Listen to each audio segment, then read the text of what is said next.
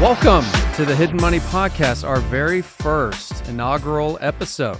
I am Kevin Schneider and joined with Mike Pine. Hi, Mike. Hi, Kevin. We're excited to do this for a multitude of reasons, but the main reason is where we got our title for the podcast, Hidden Money. In the tax code, buried deep in the tax code, there are so many opportunities that so many taxpayers don't know about. And unfortunately, a lot of tax practitioners don't know about either. Just for example, we got a new client about 5 or 6 years ago who had sold off part of his business. And unfortunately, the statute of limitations had applied. There was one small area in the tax code that said he was not subject to the net investment income tax. And he paid over $1 million in tax that he shouldn't have paid. $1 million. And once he came to us, 3-year statute of limitation had just passed. And we tried any way we could. We talked with tax attorneys. We did our best to get the statute of limitations open. If he would have met with us 6 months earlier, that $1 million would be in his pocket now. Unfortunately, that $1 million is gone forever. That was hidden money that he should have had. That was hidden money that he could have used to help grow our economy. That was hidden money that he lost because he didn't know where it existed. So we're hopeful that we can help all of our listeners avoid such situations and keep their money, grow our economy. And we truly do believe it's your patriotic duty to keep as much money in your hands to grow the economy than to let disappear in the IRS or Department of Treasury Neverland. So not only saving people actual cash on their taxes, but if you get into the details a little bit more of what we're trying to accomplish, it's actually providing freedom for clients. And I'm not talking just financial freedom. I'm talking freedom from a broader subject of time, energy, stress. Mike, give me an example of a time when an entrepreneur came to you and you not only helped them on the tax side of things, but you actually made a difference in their family life by giving them time or reducing that stress. Wow, there's so many, Kevin. One great example, more recent from the COVID era, is we have a long-term client who's become a close friend of mine. He runs a business, an entrepreneur, he employs a lot of people. And COVID hit. In his particular business, there was no way to continue earning any type of revenue during COVID. And he called me up, panicked. Hey, everything's shut down. There's nothing we can do. I've spent 20 years building this business, and all I see is we got to shut our doors.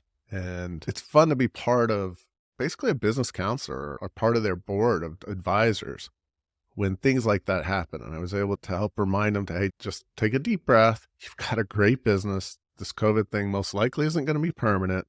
There's something that we can do here. Let's figure it out. This guy's such an incredible guy, and he makes changes and benefits so many lives.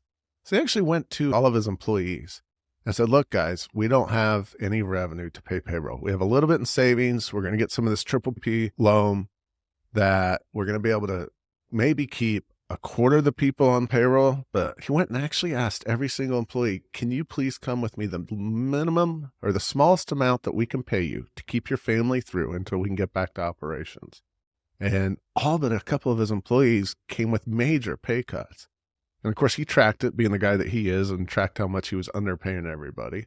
And then once they made it through COVID and were able to start reopening, he actually, while they were still on payroll, since there was no client service to offer, they worked on retooling their systems and processes, and they got a lot better. And then on the other side of the shutdowns, they started going back into business, and then he was able to give everyone back their normal salary. And this guy, the first profits he finally made, he took that and paid back his employees all of what they had been underpaid over time, which is amazing. He didn't have to do that. It wasn't a written agreement. No one expected him to do that, but that's the type of owner and client and friend of ours that he is. All that profit that he paid back to them, he had nothing. He'd basically literally given up almost every bit of net worth he had to keep his business going, to keep his employees paid, and then doing the right thing, or what he judged was the right thing, by catching them back up with what they would have made. No one had told him about the ERTC, or Employment Retention Tax Credit, and just an awesome tax credit that was available for every business that was out there during COVID. We told him about that and got him working with a specialist, and he was back in business again. All of his profit was gone to paying his employees for the first 6 months. And we got him over $750,000 in a tax credit. Now, this is, again, that's more hidden money in the tax code and the constantly changing and evolving tax code. He got that. And again, I was hoping he would take that for himself. He took some of it, a good bit for himself. He took some great time off, but he also gave most of his people in the firm a raise. And that was changing lives. It was seeing him change lives. And it was just this one small area of the tax code that came out during a lot of the COVID legislation that made a big difference because he kept these employees on. The government incentivized. That's what the government wanted him to do. And he was rewarded it with nearly $750,000. I think it was a little bit more of a tax credit. He got $750,000 in tax credit. And that is life-changing for him, for his family, life-changing for all of his employees. So there's so many stories like that, Kevin. Yeah, I'm reminded of one as well where this was probably 4 or 5 years ago, and we had a client come in and she adopted two little babies. And she came into our office and she told this story of these babies. They were not having their diapers changed and they were in the system and all this stuff. And they were just terrible off. They weren't being cared for. So they decided to take them in. If anyone's ever been through an adoption process, it is expensive. It is very timely, costly. And at the end of the day, they spent over $30,000 to adopt these 2 children. And the first thing as a tax advisor, my alarms going off of adoption credits and things like that. Looking at the prior tax return, they came to us, the adoption was finalized the prior year. The prior CPA did not even catch on that they adopted 2 children. They just put it on the tax return. There's 2 new dependents. Great. That was at the time, it was probably $12,000 tax deduction or somewhere around there. What was missed is the amount you pay for that domestic adoption. You can get credits against your taxes, and they paid $30,000. We were able to amend that return and get a significant refund. I think it was nearly $28,000 of refund coming to them.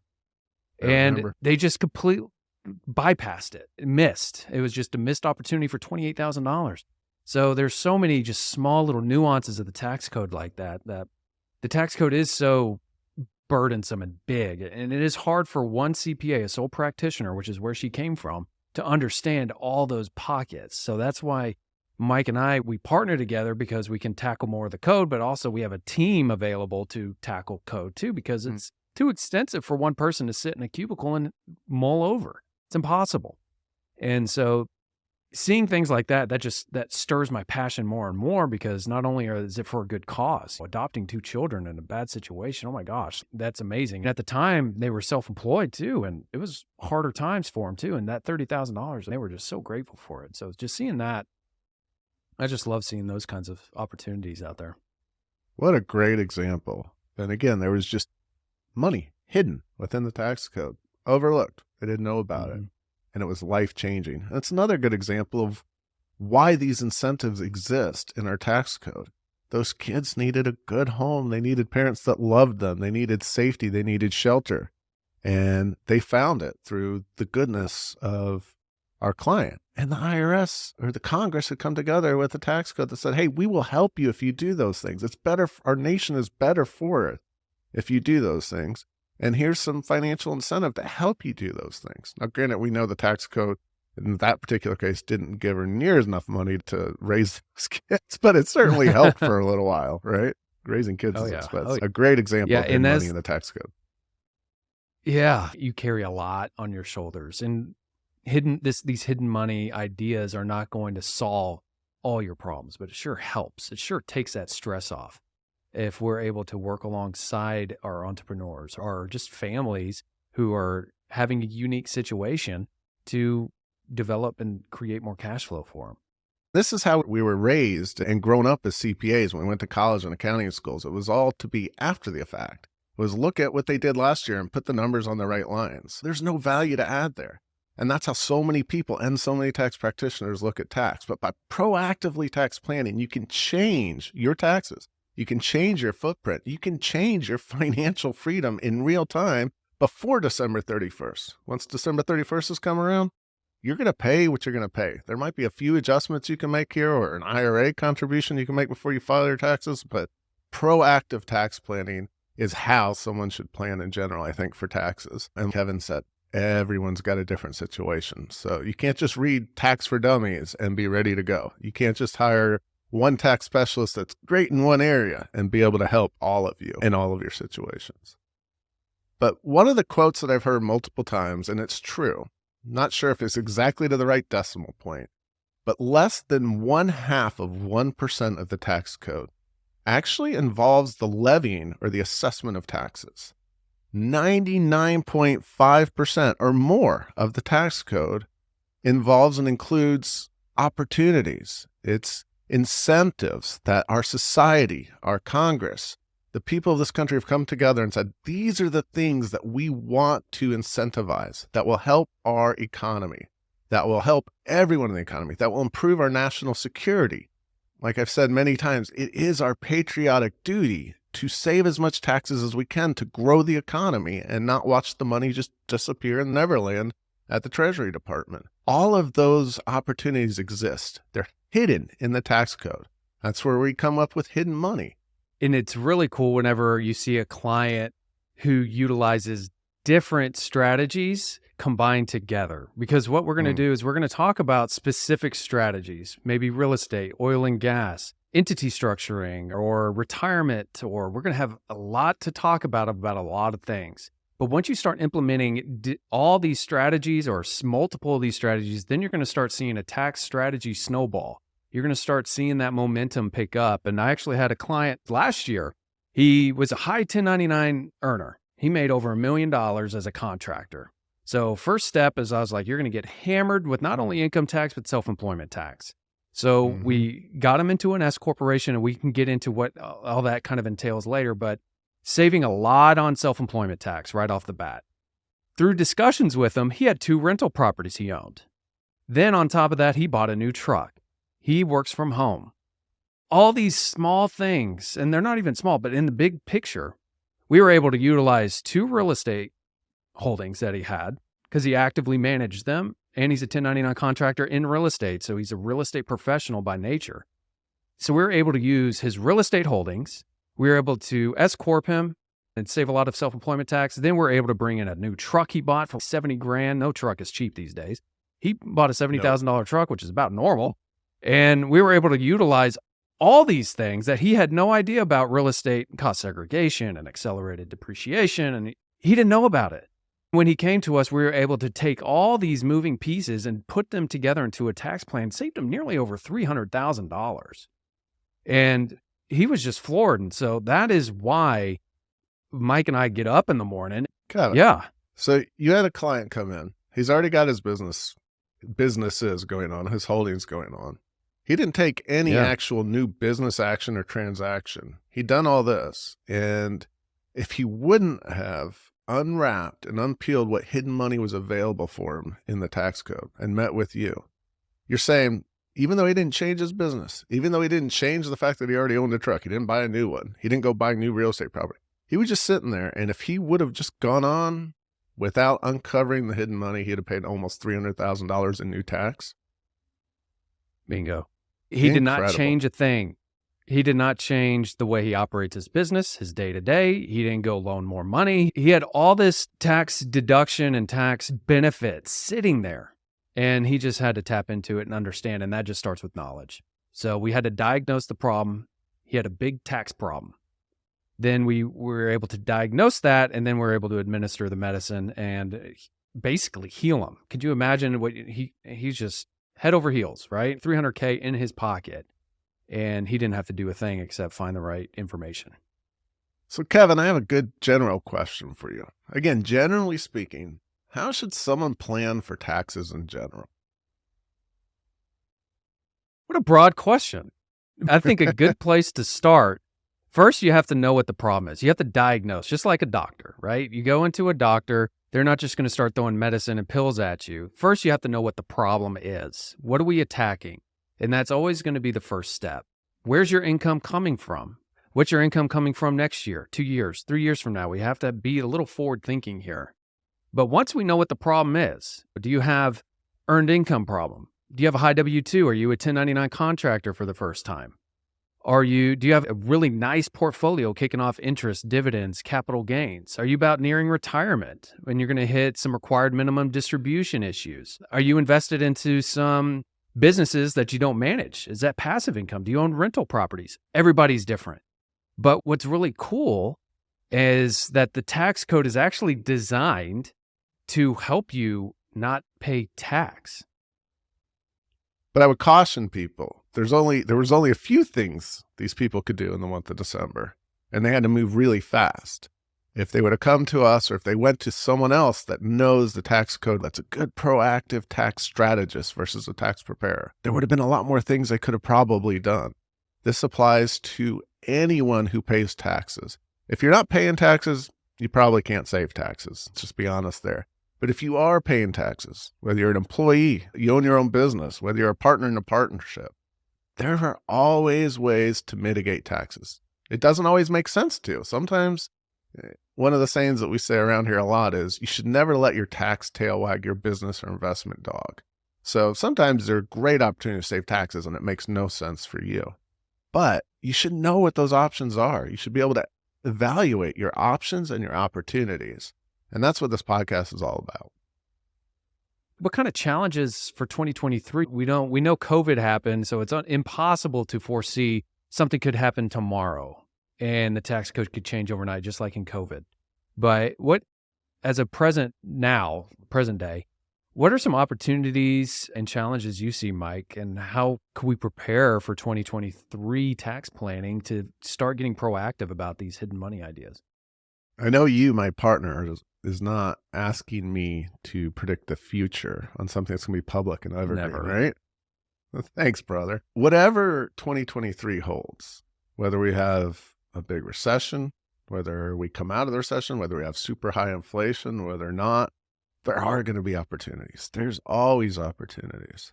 So I figured there's a few things that could happen, at least a few things that could happen in 2023. Interest rates could keep going higher as the Fed tries to control inflation. We could see hyperinflation. If that happens, there's still going to be plenty of opportunities. First of all, Congress, one thing we can always trust with our politicians is they want to get reelected. Some of them really care about the country. I suspect a lot of them just care about their power. But regardless, they all want to get reelected. So if we have super high inflation, which is going to slow economic growth greatly, they're going to come out with legislation that offers more incentives. There's going to be opportunities and hidden money opportunities in that legislation. There's also going to be, in a bad economy, great deals. You're going to be able to buy incredible investments or businesses at great discounts. You're going to be able to buy real property at great discounts. So we see hyperinflation in a stagnant economy or even a recession economy, there's going to be opportunities. Maybe we actually get this soft landing that the Fed's trying to land. If that happens, it's certainly a possibility. There are still going to be opportunities. So we're going to be coming out and hopefully ready and positioned for some more great growth. Those are great opportunities. There's going to be, again, one thing I do foresee, if not in 2023, certainly by the 2024 election, there's going to be tax law changes. Every time the tax law is changed, anytime there's new tax law, there are opportunities to find your hidden money and keep it. Whether they raise taxes, there's hidden money. They lower taxes, there's hidden money. So I would say, regardless of what happens in 2023, Kevin, there's opportunities and you should use it, leverage off of it. One of the things I'm so fond of saying is don't be a victim to the tax code. Choose to take advantage of the tax code. Use it to your advantage. If you put your head in a hole like an ostrich and just hate the tax code away, it's just going to take advantage of you. You're going to be a victim to it. Don't be a victim. Take advantage of it. There's so many opportunities there. If it changes, there's more opportunities. If it doesn't change, there's still opportunities. So I see opportunity in 2023. What do you see, Kevin? I see the same, and I like what you just said there. Don't be a victim, because what other area in your life can you just ignore and it's going to fix itself? If you have an issue with your business, can you just go on vacation or just lock yourself in a room and just go, I don't even want to deal with this, and it'll go away? Taxes are scary. They can be. But that's why when you have professionals, and that's where Mike and I can help, is if you don't have a strong tax strategist around you, If you've never worked with a CPA or you just don't want to deal with it, or your current relationship is I drop paperwork off at my tax preparer and then I hear from them a month later with a final result, that you're not attacking anything. We can be proactive and we can grow our wealth using the IRS code. And that's where CPAs can help. So if you don't have an advisor, if you don't have a strong tax strategist around you or a team around you, which we'll get into also, is you need that financial advisor, you need that attorney, you need that CPA. We all play our roles. We all play our part to give you a good, strong outlook and financial picture and making sure you're taken care of holistically and not just in one area. So if you don't have one, please reach out to us. Our website will be in the description and notes. If you want to discuss with us, we'll be more than happy to talk about your personal situation a little bit, get to know you a little bit, and see how we can provide value to you and find those hidden money pockets that suit you and that can go to you. If you do have a CPA and you like that relationship, cultivate that more. Get to be more proactive. Take ownership of your taxes. Don't just sit by and trust that they're doing it. They may be very good. You may love that relationship, but take the first step going, hey, I want to meet with you on a quarterly basis. I want to meet with you on at least semi-annual basis. Talk about my year. Hey, what's new in the tax code? This is where my family's going. What can we do to utilize the tax code in our situation? So just be more mindful of taking ownership of this tax dog that's sitting in front of us, and use it to your advantage. Amen to that. And again, whatever CPA you're working with or tax advisor you're working with, think of that Jerry Maguire quote, help me help you. We can't help our clients if they don't call us before they enter into a large transaction. We can't help our clients if they won't respond to our emails or calls all year. Your CPA can't either. You need to help them help you, or help us help you. Be in a good, constant bilateral relationship with your tax planning team, and look for a tax planner, not a tax preparer. There's a big difference. A tax planner, tax strategist can make a world of difference. You think I'm exaggerating when I say we probably saved over 100 people at least 5 or 6 digits in taxes, at least 5 digits, just in the month of December alone that were new clients to us? I was meeting with 5 a day. You were probably meeting with 5 a day plus our team. Yeah, I think that's reasonable. And that was the beauty of it, is even though it was in December, we're able to put the pedal to the metal and get some things in action before year end. That is awesome. We see that almost every single day. If not every day, multiple times a week. Hundreds of thousands of dollars in tax saving.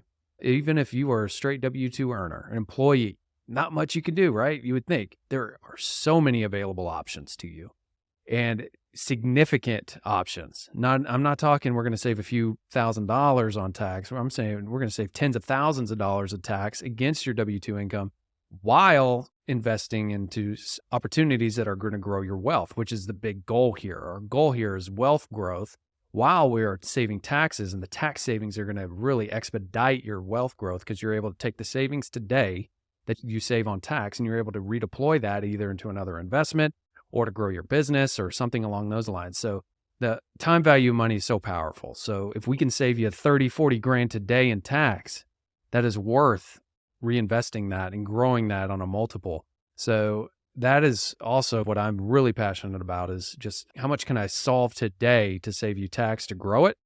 And then next year, there's going to be probably new tax law, new opportunities. Your business might change. It's a living and breathing kind of tax plan, right? We never just set a tax plan and go and set it. So it's constant communication, proactive communication. And again, whatever CPA you're working with or tax advisor you're working with, think of that Jerry Maguire quote, help me help you. Most people think of taxes only as an expense. In each episode of the Hidden Money Podcast, we will bust this myth and reveal ways you can use taxes to your advantage, because there's wealth inside the tax code. There's hidden money there.